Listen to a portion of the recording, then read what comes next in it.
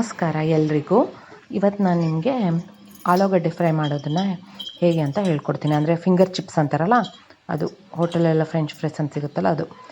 ಮೊದಲು ಈ 3 ಆಲೂಗಡ್ಡೆನ ನಾನು ಎಲ್ಲ ಸುಲ್ಕೊಂಡ್ಬಿಟ್ಟಿದ್ದೀನಿ.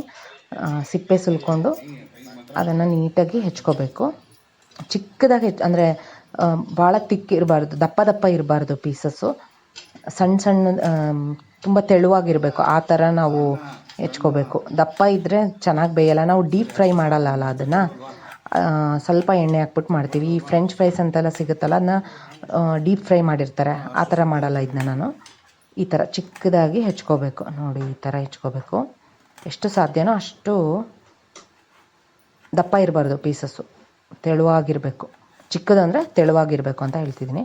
ಆ ಥರ ಇದನ್ನು ಮಾಡ್ಕೋಬೇಕು. ಪೀಸಸ್ ಮಾಡಿಕೊಂಡು ಒಂದು 2 ಟೇಬಲ್ ಸ್ಪೂನ್ ಅಷ್ಟು ಎಣ್ಣೆ ಹಾಕಬೇಕು. ಬಾಣಲಿಗೆ ಹಾಕಿ ಎಣ್ಣೆ ಹಾಕ್ಬಿಟ್ಟು ಈ ಥರ ನೀಟಾಗಿ ಕೈ ಆಡಿಸ್ತಾ ಇರಬೇಕು. ಅದನ್ನು ಒಂದು ಮೀಡಿಯಮ್ ಫ್ಲೇಮಲ್ಲಿ ಇಡಬೇಕು, ಕೈ ಆಡಿಸ್ಕೊತಾ ಇರಬೇಕು. ಅದನ್ನು ಯಾವುದೇ ಕಾರಣಕ್ಕೂ ಇದ್ರ ಮೇಲೆ ಪ್ಲೇಟ್ ಮುಚ್ಚಿಬಿಡಬಾರ್ದು. ಪ್ಲೇಟ್ ಮುಚ್ಚಿಬಿಟ್ರೆ ಅದು ಸರಿ ಬರೋಲ್ಲ ಆವಾಗ. ಅದಕ್ಕೋಸ್ಕರ ಹೀಗೆ ಓಪನ್ ಇರಬೇಕು. ಇದು ಆ ಥರನೇ ಕೈ ಆಡಿಸ್ತಾ ಇರಬೇಕು ನೋಡಿ. ಈ ಥರ ಬರಬೇಕು.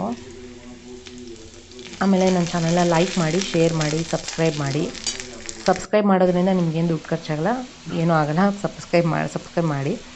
ಆಮೇಲೆ ಇದಕ್ಕೆ ಉಪ್ಪು ಹಾಕ್ತಾಯಿದ್ದೀನಿ. ಇವಾಗ ನಾನು ಉಪ್ಪು ಹಾಕಿ ಚೆನ್ನಾಗಿ ಕೈ ಆಡಿಸ್ಬೇಕು. ನೀವು ಸ್ವಲ್ಪ ಟೇಸ್ಟ್ ನೋಡಿಕೊಂಡು ಮತ್ತೆ ಉಪ್ಪನ್ನ ಆ್ಯಡ್ ಮಾಡ್ಕೋಬೋದು. ಖಾರ ಪುಡಿ ಹಾಕ್ತಾಯಿದ್ದೀನಿ. ಗರಂ ಮಸಾಲನೂ ಕೆಲವ್ರು ಹಾಕ್ಕೊತಾರೆ, ಆದರೆ ನಾನೇನು ಗರಂ ಮಸಾಲ ಹಾಕ್ತಿರಲ್ಲ. ಬರೀ ಉಪ್ಪು, ಖಾರ ಪುಡಿ ಅಷ್ಟೇ.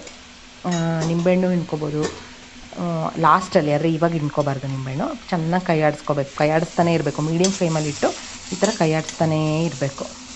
ಅಂದರೆ ಅದು ಎಲ್ಲ ಕಡೆ ಚೆನ್ನಾಗಿ ಬೇಯುತ್ತೆ. ಎಣ್ಣೆಯಲ್ಲೇ ಬೇಯಬೇಕು. 3 ಟೇಬಲ್ ಸ್ಪೂನಲ್ಲೇ ಇದಿಷ್ಟು ಬೇಯಿಸ್ಕೊತಾ ಇದ್ದೀನಿ.